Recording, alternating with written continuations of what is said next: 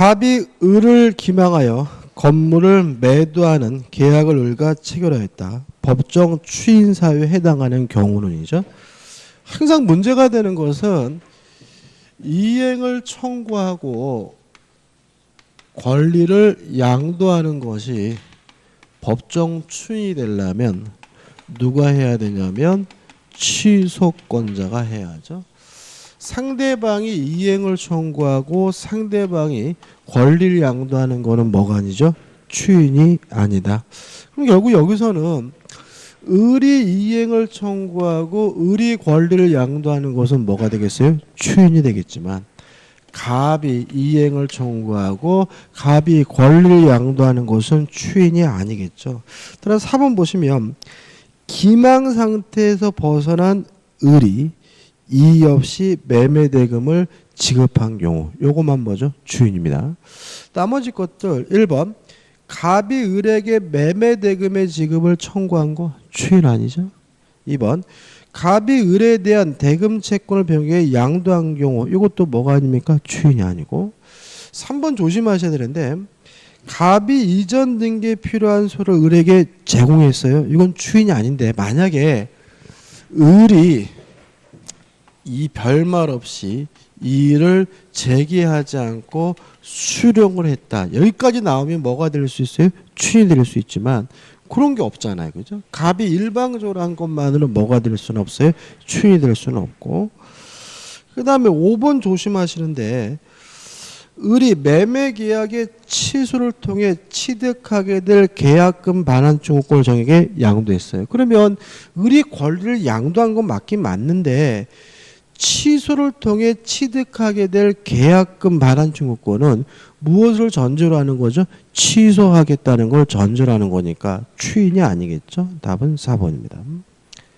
33번 조건에 관한 설명 중 옳지 않은 것은 1번 부부관계 종료를 해제 조건으로 하는 증여계약. 이거 반사회적입니다. 그러니까 보통 이제 부첩으로 나오는데 첩이 아니라 부부래도 반사회적인 거예요. 자, 왜냐하면 갑이 을 처에게 예를 들어서 30억짜리 토지를 증여하면서 혹시라도 우리 이혼하면 요거 반환해야 돼라고 특약을 하면 이게 뭐예요?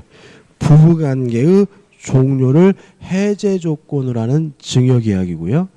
이혼하면 반환하는 특약은 무슨 자유를 제한하겠죠? 이혼할 수 있는 자유를 제한하기 때문에 뭐가 되는 거죠? 반사회적이고. 따라서 첩이 아니라 뭐라도요? 부부래도 반사회적. 이게 참 신기한 게 원래 판례는 부부예요. 그래서 부부 조심하시기 바라고. 물론 조건이 반사회적이면 법률행위 전체가 다 무효니까 증여계약은 그 조건뿐만 아니라 증여계약 자체도 무효이다. 맞는 질문이 되고 조심하셔야 되겠죠.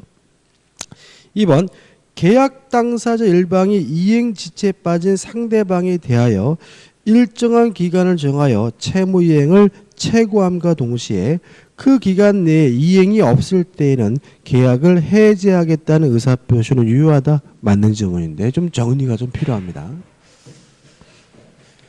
자, 해제는요 대표적인 단독행위입니다. 따라서 원칙적으로 해제는 조건이나 기한을 붙일 수가 없습니다. 왜냐하면 단독행위는 원칙적으로 뭘 붙이지 못해요? 조건을 붙이지 못하니까요. 다만 우리 판례는 예를 들어서 6월 20일까지 이행하지 않으면 계약을 해제된 것으로 하겠다는 형태의 조건은 가능하고도 유효하다는 것이 우리 판례 입장입니다. 자, 왜 그러냐면 단독행위에 조건을 붙이지 못하는 이유는 상대방의 법적 지위를 불안정하게 만들기 때문이거든요. 근데 이행할지 안 할지는 오로지 누가 결정할 문제예요? 상대방이 결정할 문제니까 이러한 조건은 상대방의 법적 지위를 불안정하게 만들지 않아요. 따라서 이러한 조건은 가능하고도 유효하다는 것이 판례 입장이므로 2번은 뭐죠? 맞는 지문이 되는 거고요. 그 다음에 주의하실 점은 두 번째, 이것이 정지 조건이라는 점 주의하셔야 돼. 자, 왜냐하면 이행하지 않는다는 조건이 성취가 되면 해제가 되잖아요. 따라서 이거는 해제 효과가 생기는 것이기 때문에 해제 조건이 아니라 뭐로 이해합니까? 정지 조건으로 이해한다는 거 조심하셔야 되고요. 그 다음에 세 번째로 기억할 것은 자동으로 해제가 됩니다. 따라서 원칙적으로 그냥 여기까지만 할 것 같은데 자동으로 해제가 되므로 해제한다라고 특별히 의사표시를 할 필요가 없다는 것까지 일단 기억해 두시면 됩니다. 다시 말하면 이행하지 않는다는 조건이 성취가 되면 자동으로 뭐가 돼요? 해제가 되기 때문에 또다시 굳이 해제한다라고 뭐 할 필요 없어요? 말할 필요가 없다라는 거 주의하시기 바랍니다. 그 다음에 3번. 어떤 법률행위가 정지조건부 법률행위에 해당한다는 사실은 그 법률행위란 법률 효과의 발생을 저지하는 사유로서 그 법률 효과의 발생을 다투려는 자에게 주장 입증 책임이 있다. 맞죠? 이것도 많이 했죠. 정지조건이란 현재 효과가 없는 것이 정지조건이므로 정지조건임이 입증이 되면 이행할 필요가 없는 것이니까 정지조건이란 효과 발생을 저지하는 사유고요. 따라 누가 입증하게 되냐면 이행하기 싫은 사람, 효과 발생을 다투려는 자에게 입증해야 되는 것이죠. 그 다음에 5번입니다. 매수인이 중도금을 약정일자에 지급하지 아니하면 계약이 해제된 것을 한다는 특약이 있는 경우, 이것도 결국은 이행하지 않으면 계약이 뭐가 돼요? 해제된다는 의미고요. 이러한 조건이 성취가 되면 뭐가 됩니까? 자동으로 해제가 되고 또다시 해제한다고 말할 필요는 없는 것이니까 매매 계약에서 매수인이 중도금 지급 의무를 이행하지 아니하면 그 계약은 그 일자에 자동적으로 해제된 것으로 보아야 한다. 맞는 질문이 되는 거죠. 그래서 요 2번하고 5번 질문하고 같이 좀 기억해 두시 바라고, 다시 말하면 요거는 해제 조건이 아니라 무슨 조건이에요? 정지 조건임도 주의하시고요. 답은 4번인데 4번은 별 의미가 없어요. 4번. 합의 내용이 이행되지 않을 경우에 합의를 무효로 하기로 하였다면 계약 당사자가 부도가 난 후 상대방에게 합의서상 채무를 이행할 수 없다고 통고한 것만으로 합의서의 내용이 불이행된 때라는 조건이 성취되었다고 볼 수 없다가 아니라 어떻게 해요? 볼 수 있다라는 게 판례 입장이고, 뭐 상식적으로 접근하면 되겠죠. 중요한 건 아닙니다. 34번입니다. A는 B가 A 소유 갑 건물을 1년 내 1억 원 이상 팔아주면 동인 소유 을 건물을 증여한다는 계약을 체결했어요. 한번 생각해 보죠. 지금 A가 B에게 뭐라 그랬냐면 네가 갑 건물을 매도해 주면 을 건물을 증여해 주겠다라고 약속을 했죠. 물론 매도할 수도 있고 안 할 수도 있고 불확실한 거니까 조건인데, 여기서 조심할 것은 뭐냐면 만약에 갑이 A가 요 갑 건물을 병에게 처분했어요. 이러한 행위는 조건 성취를 신의 측에 반해서 방해하는 행위가 됩니다. 이해되시나요? 지금 갑 건물을 팔아주면 을 건물을 주기로 했잖아요. 그래놓고는 갑 건물을 병한테 팔아먹으려면 B는 갑 건물을 팔 수가 없는 거잖아요. 따라서 조건 성취를 신의 측에 반해서 뭐 한 거예요?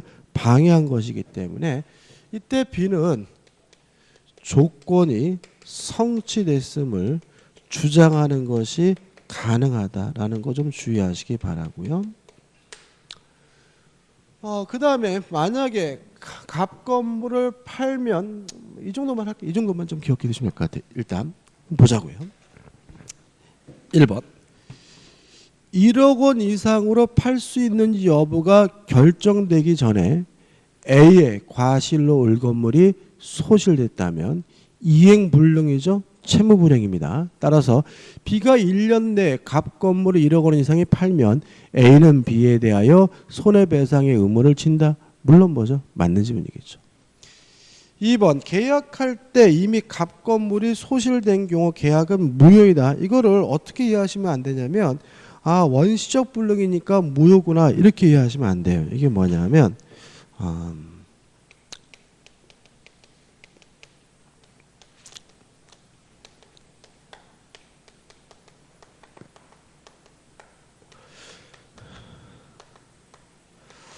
자, 기정조, 기해무, 불정무, 불효조입니다. 자, 지금 갑 건물을 팔면 을 건물을 주겠다는 것은 무슨 조건이죠? 정지 조건인데 지금 팔기 전에 갑 건물이 없어졌다면 B 입장에서는 갑 건물을 팔 수가 없는 거죠. 따라서 뭐예요? 불능 조건이죠. 불능 조건이 정지 조건이면 무효. 그래서 불정무에서 계약은 무효이다. 맞는 질문이 되는 거죠. 3번 B는 갑 건물을 1억 원 이상으로 팔 수 있는지 여부가 결정되기 전에도 을 건물에 대하여 자기 권리를 등기할 수 있다. 맞는 질문이고 이러한 조건부 권리는 무슨 등기하죠? 가 등기로 한다는 것까지 기억해 두셔야 되고요. 4번 B가 1년 내 갑 건물을 1억 원에 매수할 상대방을 찾았는데도 A는 타인에게 갑 건물을 9천만 원에 팔았어요. 그럼 이거죠.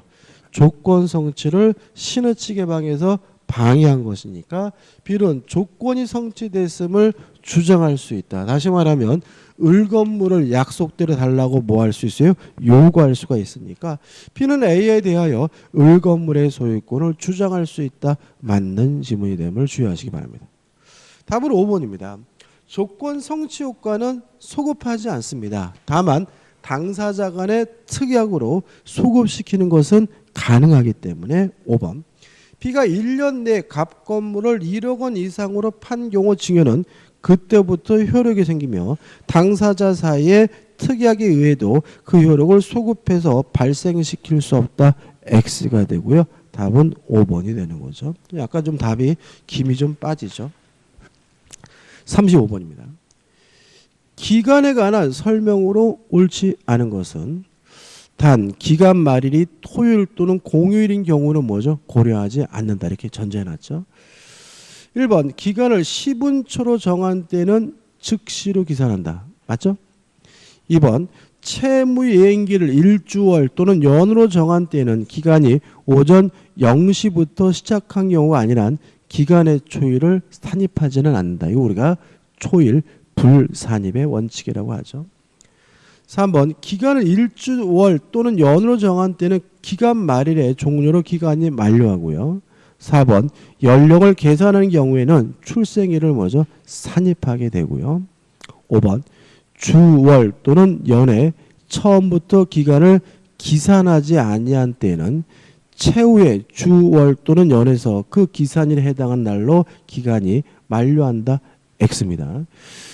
초일을 산입하지 않기 때문에 기간의 일에 해당하는 날로 만료하는 것이 아니라 다시 한번 읽어볼게요.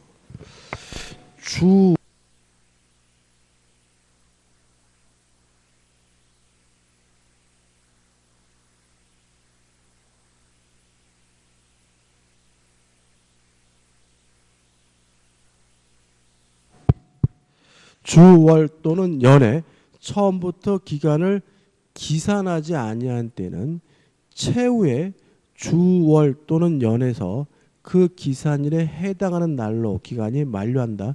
X인데 항상 저는 기간 가지고 고생하네. 5번은요. 제가 다음 주에 다시 한번 말씀드릴게요. 제가 다음 주에 다시 한번 죄송합니다. 36번입니다. 소멸시효와 제척기간에 관한 설명으로 옳지 않은 것은 1번 소멸시효에 의한 권리소멸은 기산일에 소급하여 효력이 있으나 제척기간에 의한 권리소멸은 장래에 향한 효력이 있다. 정확히 맞죠? 다시 말하면 소멸시효 효과는 뭐가 있죠? 소급효가 있습니다. 제척기간은 뭐가 없죠? 소급효가 없죠. 2번 소멸시효 이익은 미리 포기가 가능하나 제척기간에는 포기가 인정되지 않는다. X죠. 소멸시효 이익도 미리 뭐 할 수 없죠? 포기할 수 없죠. 그러니까 소멸시효가 완성된 후에는 뭐 할 수 있어요? 포기할 수 있지만 완성 전에는 소멸시효 이익도 포기할 수가 없기 때문에 답은 2번이 되는 거죠. 3번 제척기간의 경과는 법원의 직권조사사항이지만 소멸시효 완성은 직권조사사항이 아니다. 맞죠? 이것도 계속 반복적인 질문이고 4번 소멸시효에는 중단이 인정되고 있으나 제척기간에는 중단이 인정되지 않는다. 맞죠? 그래서 우리가 제척기간을 불변기간이라고 했죠. 5번 소멸시효의 정지에 관해서는 민법에 명문의 규정이 있으나 제척기간의 정지에 관해서는 민법에 명문의 규정이 없어요. 따라서 정지제도도 제척기간에 인정되지 않는다고 보는 것이 학설의 태도죠. 답은 2번입니다. 37번입니다.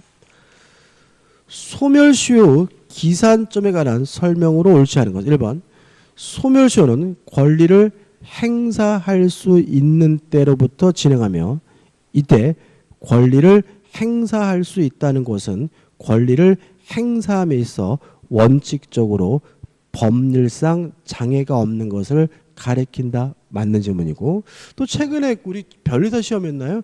이 법률상 장애를 뭐로 바뀌었어요? 사실상 장애로 바꿔서 오답으로 만든 경우도 있으니까 주의하시기 바랍니다. 2번 부작위를 목적으로 하는 채권의 소멸시효는 위반 행위를 한 때부터 진행하고요. 3번 정지조건부 권리죠. 그러면 정지조건이란 현재 효과가 없고 조건이 성취가 돼야 효과가 생기는 것이니까 조건의 미성취 동안은 권리를 행사할 수 없는 것이어서 소멸시효가 진행되지 않는다. 맞는 질문이고 따라서 정지조건에 기한 채권의 소멸시효는 조건이 성취된 때부터 진행하죠.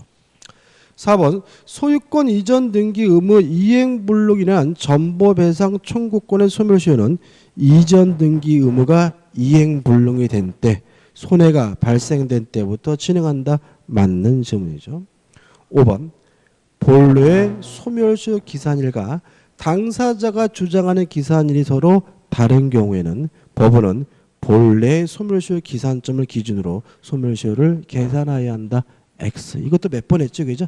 이때는 당사자가 주장하는 기산일로 법원이 결정해 줘야 되고 이것도 올해 감정평가사 시험 문제이기 때문에 나올 수 있으니까 꼭 기억해 두시기 바랍니다. 자, 이렇게 해서 이제 민법 총칙이 끝났고 이제 물권법으로 들어갑니다. 1번 물권의 본질, 효력에 관한 설명으로 틀린 것은 1번 임차 이른이죠. 임차권은 물권이 아니라 뭐죠? 채권입니다.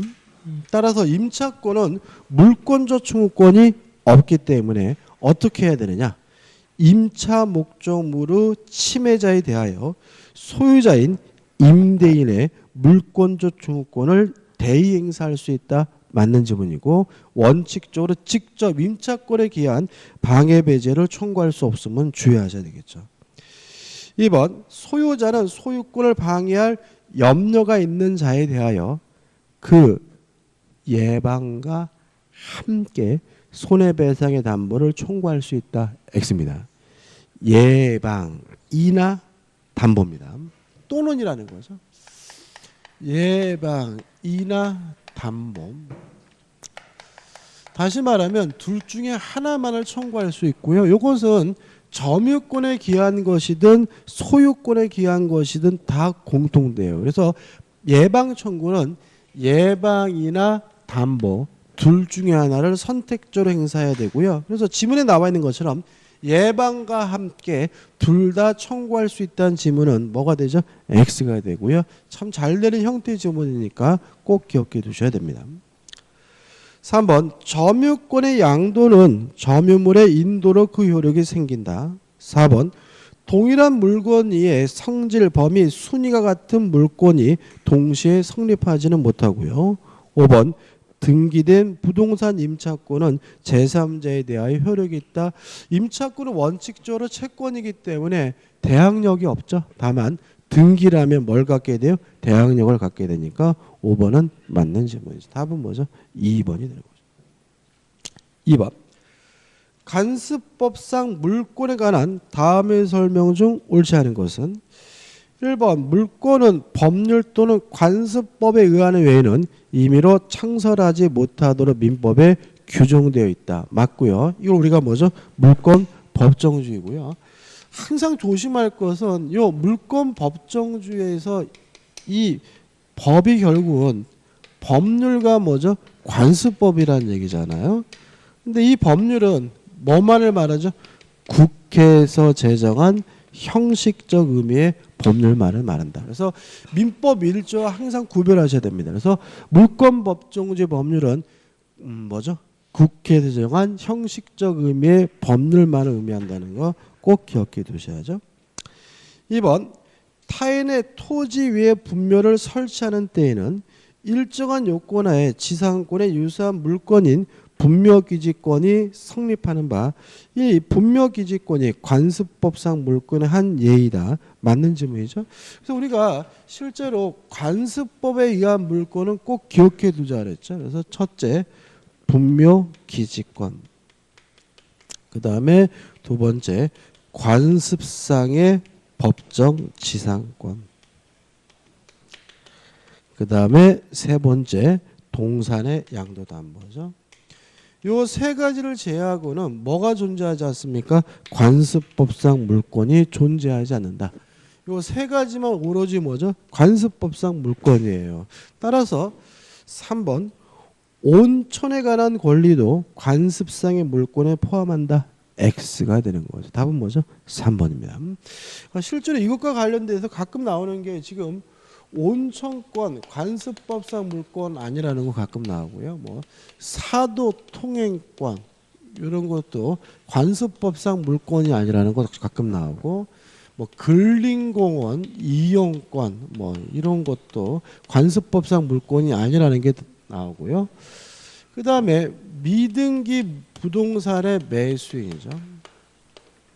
미등기 부동산의 매수인에게 관습법상 물권이 인정된다. 이것도 뭐예요? X다. 왜냐하면 관습법상 물권은 오로지 세 가지만 인정하고 있다는 거 잊지 마시기 바랍니다. 4번 동일인의 소유에 속하는 대지와 그 지상 건물이 매매 등으로 각각 소유자를 달리하게 된 경우, 그러면 매매할 당시에 건물이 있었고 건물과 토지 소유자가 같았다가 매매로 달라졌습니까? 이때는 뭐가 나옵니까? 관습상의 법정 지상권이 발생하므로, 특히 그 건물을 철거한다는 특약이 없는 한 건물의 소유자는 그 대지 위에 관습법상 법정 지상권을 취득한다. 오, 맞는 질문이죠. 5번 판례에 의하여 인정되는 관습법상 법정 지상권을 취득할 수 있는 원인으로서 매매 이외에 증여, 강제정매, 국세 찬압 처분에 의한 공매 등이 있다. 맞는 질문인데 우리가 여기서는 제외되는 걸 기억하자 그랬죠. 매매 기타 사유에서 제외되는 거, 안 되는 거. 환지 처분으로 토지와 건물의 소유자가 달라지는 경우에는 관습법상 법정지상이 발생하지 않는다. 그래서 실제로 이런 5번 같은 질문은 환지가 있는지 없는지를 확인하셔야 돼요. 만약에 여기서 쭉 나열되는데 뭐가 들어가 있으면요, 환지가 들어가 있으면 뭐죠? X가 되는 거고요. 그 다음에 원인행의 실효죠. 원인행의 실효, 무효 취소, 해제, 해지 등으로 달라진 경우에는 관습법상 법정지상권이 발생하지 않는다는 거 주의하셔야 되겠죠. 3번입니다. 물권적 청구권에 관한 다음 설명 중 틀린 것은 1번 어떤 자가 물권의 내용 실현을 방해하고 있으면 그에게 과실이 없어도 물권적 청구권이 발생한다. 5죠. 그죠? 이거 우리가 어떻게 정리했냐면 이렇게 정리했거든요. 물권적 청구권이 뭐냐? 물권으로부터 발생하는 청구권이기 때문에 물권적 청구권의 주체는 반드시 뭐여야 되냐면 물권자이어야 한다. 그 다음에 상대방 침해자는 누구냐에 대해서 우리 판례는 점유자를 말하는데 그 사람이 점유하고 있다면 그 사람에게는 아무런 고의도 과실도 요구하지 않는다. 따라서 지문에 나와 있는 것처럼 그에게 과실이 없어도 물권적 청구권이 발생한다는 지문은 맞는 지문이고요.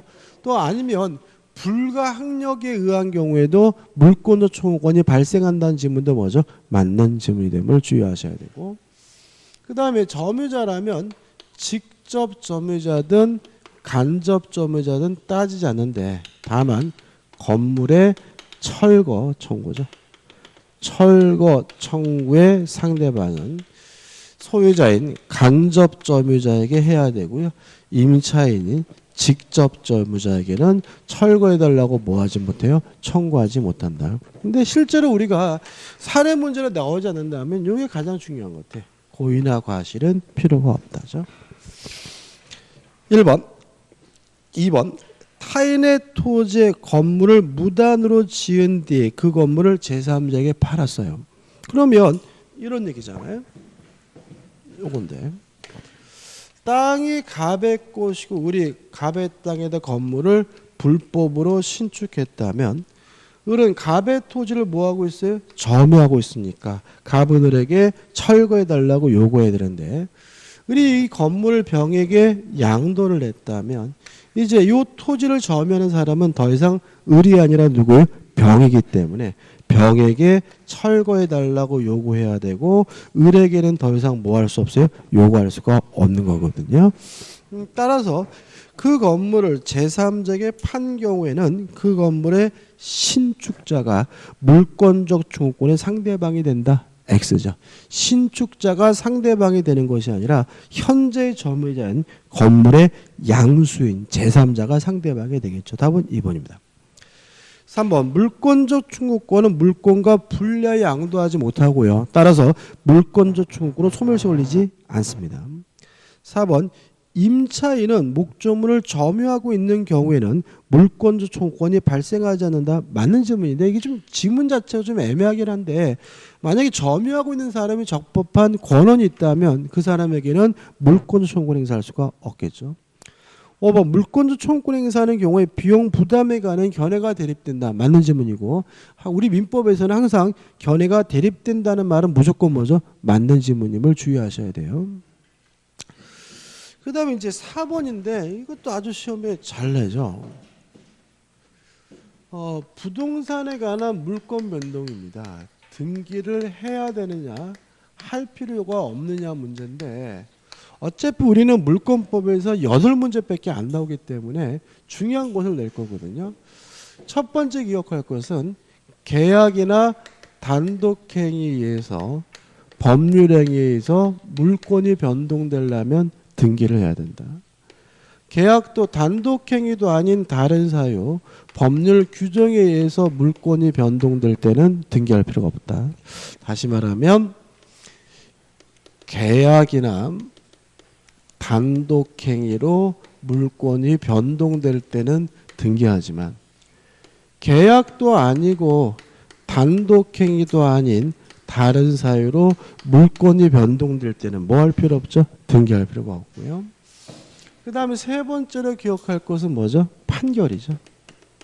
판결 중에 이행 판결은 실질적으로 법률 행위에 의한 물권 변동이니까 등기를 해야 되고요. 형성권에 기한 판결인 형성 판결은 뭐 할 필요 없냐면 등기할 필요가 없다. 그 다음 네 번째로 재단법인 설립행위죠. 아까도 했죠, 그죠? 재단법인은 등기 없이 일단 뭘 갖습니까? 소유권을 취득하지만, 등기 없이 취득한 소유권을 가지고 제3자에게 대항하려면 그때는 뭐가 필요하죠? 등기가 필요하다. 그다음 마지막으로 다섯 번째 취득쇼. 취득쇼가 완성됐다는 이유로 소유권, 물권을 취득하려면 뭐가 필요하죠? 등기가 필요하다. 꼭 기억해 두셔야 돼요. 자, 그럼 보죠. 다음 중 법률의 규정에 의한 물권 변동으로 등기를 요하지 않는 것은이죠. 기억은 전세권 설정 계약이죠. 그러니까 이게 계약이란 말을 일부러 숨겨놓은 거예요. 계약이니까 법률행위니까 뭘 해야 돼? 등기를 해야죠. 니은번 저당권 설정 계약이겠죠. 따라서 뭘 해야 돼요? 등기를 해야 되겠죠. 디귿번 경매 법률행위 아닙니다. 따라서 등기 없이 경락인이 경락댁을 완납하는 순간 뭘 갖습니까? 소유권을 갖고. 리을번 상속도 뭐죠? 법률행위가 아니고요. 미음번 신축 건물을 신축하는 것은 뭔가요? 사실행위죠. 법률행위 아니죠. 따라 답은 디귿 리을 미음에서 4번이 답이고, 비읍번 매매 계약이죠. 법률행위죠. 따라서 뭘 해야 돼? 등기해야 돼요. 그러니까 솔직히 이 정도 수준이에요. 그래서 계약과 단독행위는 뭐합니까? 등기합니다. 계약도 단독행위도 아닌 다른 사유로 물권이 변동될 때는 뭐 할 필요 없죠? 등기할 필요 없다. 이게 가장 중요한 거죠. 5번입니다. 등기의 유효 요건에 관한 판례 태도가 아닌 것은 1번 등기가 실행되지 않는 한 등기의 유효 무효 문제는 전혀 생길 수가 없고요. 2번 등기가 불법하게 말소가 됐어요. 그러면 말소가 안 됐다는 얘기죠. 말소가 잘못됐다는 얘기죠. 따라서 그 말소 등기는 실체관계와 부합하지 않으므로 무효이다. 맞는 질문이죠. 맞는 질문이죠. 그죠? 말소 등기는 무효인 거죠. 4번. 3번. 말소 회복 등기 정구의 상대방은 말소 당시의 소유자가 아니라 현재의 소유명의이다. X입니다. 이거 조심하시고, 말소 회복 등기 청구의 상대방은 말소 당시의 소유자가 됩니다. 답은 3번이죠. 4번 위조 문서에 의한 등기더라도 이것이 실제관계에 부합하거나 그 등기에 부합하는 물권행위가 있을 때에는 실체적 권리관계에 부합한다는 등기니까 그 등기는 유효하다. 맞는 질문이고, 5번 등기가 불법으로 말소된 경우 진정한 권리자는 권리를 잃지 않으며 말소 회복 등기를 할 수 있다. 맞는 질문이거든요. 여기서 좀 생각해 볼 게 있어요. 이 5번 질문 관련돼 가장 많이 나오는 게 뭐냐면 저당권이죠. 저당권.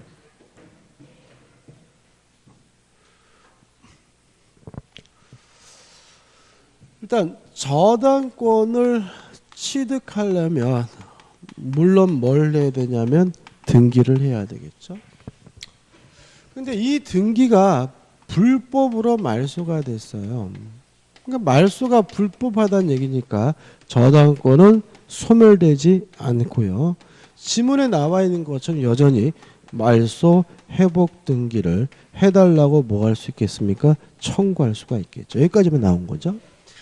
근데 이제 최근에 이제 물어보는 게 뭐냐면, 요 불법으로 말소된 상태에서 경매가 이루어지게 되면 이제는 요 저당권은 소멸이 된다는 점입니다. 자, 기억나시나요? 경매가 이루어지면 모든 저당권은 무조건 뭐가 돼요? 소멸된다. 따라서 불법 말소된 상태에서 경매가 진행되면 한 푼도 돈을 못 받겠죠. 그래도 무조건 뭐가 돼야 돼요? 소멸돼야 되니까 이제는 더 이상 말소 회복 등기를 해달라고 청구할 수가 없다라는 게 우리 판례 입장이라는 거. 이거 하나 좀 추가로 좀 기억해 두시기 바랍니다. 중요한 거 싶은데 또 시험은 또 은근히 잘 내는 것 같아요. 6번 이중 등기에 관하여 다음 중 틀린 것입니다. 이건 뭐냐면 등기부에 부동산에 등기부가 두 개예요. 이때는 어떻게 하냐면 선 보존 등기가 유효하고요. 후 보존 등기는 무효고, 누가 진정한 권리자인지는 뭐 하지 않냐면 고려하지 않아요. 1번 이중 등기 무효 원칙은 1부동산 1등기 용지 원칙에 파생된 것이다. 다시 말하면 한 개 부동산에는 한 개 등기 용지만 있어야 된다. 이런 얘기죠. 2번 동일의 명의로 보존 등기가 중복된 경우에는 무조건 나중에 이루어진 보존 등기는 무효이다. 다시 말하면 선 보존 등기는 유효하고 후 보존 등기는 무효입니다. 3번 중복된 보존 등기 등기 명의인이 동일인이 아닌 경우에 관해서 종래 실체관계에 따라 유효 여부가 결정되었으나 판례가 변경되어 먼저 이루어진 보존 등기가 원인 무효로 되지 않는 한 뒤에 이루어진 보존 등기가 무효라고 한다. 다시 말하면 등기 명인이 같은 나라든 선보존 등기에 유효하고 후보존 등기는 무효죠. 이 4번 때문에 꼭 넣어놨는데 뒤에 이루어진 등기라도 등기부 취득시 요건인 등기로 될 수 있다. X죠. 그죠? 다시 말하면 등기부 취득시에 의한 등기는 무효인 등기라도 상관이 없지만 후보존 등기, 다시 말하면 이중 보존 등기여서 무효인 등기를 기반으로 해서는 뭐 하지 못합니까? 등기부 취득시하지 못한다. 꼭 기억해 두셔야죠. 5번 위의 판례 변경에 따라 등기공무원이 중복 등기 유형에 따라 등기 용지를 폐쇄하는 방법에 의하여 대부분의 중복 등기를 직권으로 해소할 수 있도록 부동산 등기 특별 시행 규칙이 개정되었다. 맞는 질문인데 의미는 없습니다. 7번입니다. 등기의 효력에 관한 설명으로 옳은 것은 1번 소유권 이전 중구권 보존을 위한 가등기. 자, 가등기만으로는 아무런 효과가 없습니다. 좀 정리를 좀 해볼까요? 가등기만으로는 아무런 효과가 없기 때문에 1번 소유권 이전들을 청구할 어떤 법률 관계가 있다고 추정되지 않는다. 맞는 질문이죠. 다시 말하면 가등기 상태만으로는 아무런 효과가 없다. 추정력도 인정되지 않습니다. 근데 이 문제는 어떤 문제냐면 이런 문제입니다. 갑이 을과 만나가지고 매매 계약을 하고 갑이 을에게 이전 등기를 해주면 을이 뭘 갖게 되냐면 소유권을 갖게 되잖아요. 다시 말해 을은 자기 앞으로 등기하고 있기 때문에 몇 가지 사실에 대해서 추정이 돼요. 첫째, 소유자임을, 적법한 권리자임을 추정을 받습니다. 또 우리 소유권을 취득하려면 이 매매 계약이 유효해야 되므로 매매 계약이 유효하다 등기 원인의 적법도 추정이 되고요. 또 우리 소유권을 취득하려면 등기도 유효해야 되므로 등기 절차의 적법도 추정이 됩니다. 따라 이 세 가지 사실에 대해서 을은 스스로 뭐 할 필요 없냐면 입증할 필요가 없어요. 전 권리자인 갑에게도 입증할 필요가 없고요. 제3자에게도 뭐 할 필요 없죠? 입증할 필요가 없는 거죠. 다만 이러한 추정이 깨지는 경우가 있습니다. 추정이 언제 깨지느냐면은 첫째, 반증이 존재하면 반대 입증이 있으면 추정이 깨지고요. 두 번째, 사망한 사람 허무인으로부터 이전 등기가 됐다면 그때는 추정이 깨지고요. 세 번째, 보존 등기 전에 소유자가 존재하고 있다는 사실이 입증이 되면 이때는 뭐가 됩니까? 추정이 깨지게 되는 거죠. 이 정도는 좀 정리해 보자고요. 그럼 이제 보자고요. 2번 허무인으로부터 옳은 것은 1번이 답이죠. 1번이 답이고 허무인으로부터 이어받은 소유권 이전 등기의 경우에도 그 등기 명의자의 소유권은 추정된다. X. 사망한 사람 허무인으로부터 이전 등기 받는 경우는 추정이 뭐가 되죠? 깨집니다. 3번 신축된 건물의 소유권 보존 등기 명의자는 실제로 그 건물을 신축한 자가 아니더라도 적법한 권리자로 추정된다. X입니다. 왜냐하면 보존 등기 전에 소유자가 존재한다면 추정이 뭐가 돼요? 깨지기 때문에요. 4번 등기가 원인 없이 말소가 됐어요. 그러면 불법으로 말소가 됐더라도 물권이 뭐 되지는 않아요? 소멸되지는 않으니까 원인 없이 말소된 경우 그 회복 등기가 맞춰지기 전이라면 말소된 등기의 등기 명의는 적법한 권리자로 추정되지 않는다. X가 되는 거죠. 5번 소유권 이전 등기 명의자는 그 전 소유자에 대하여 적법한 등기 원인에 의해 소유권을 취득한 것으로 추정되지 않는다. X입니다. 추정은 누구한테 돼요? 전 소유자의 갑에게도 추정이 된다는 것이 우리 판례 입장인 거죠. 여기까지고요. 좀 쉬었다가 8번부터 보도록 하죠.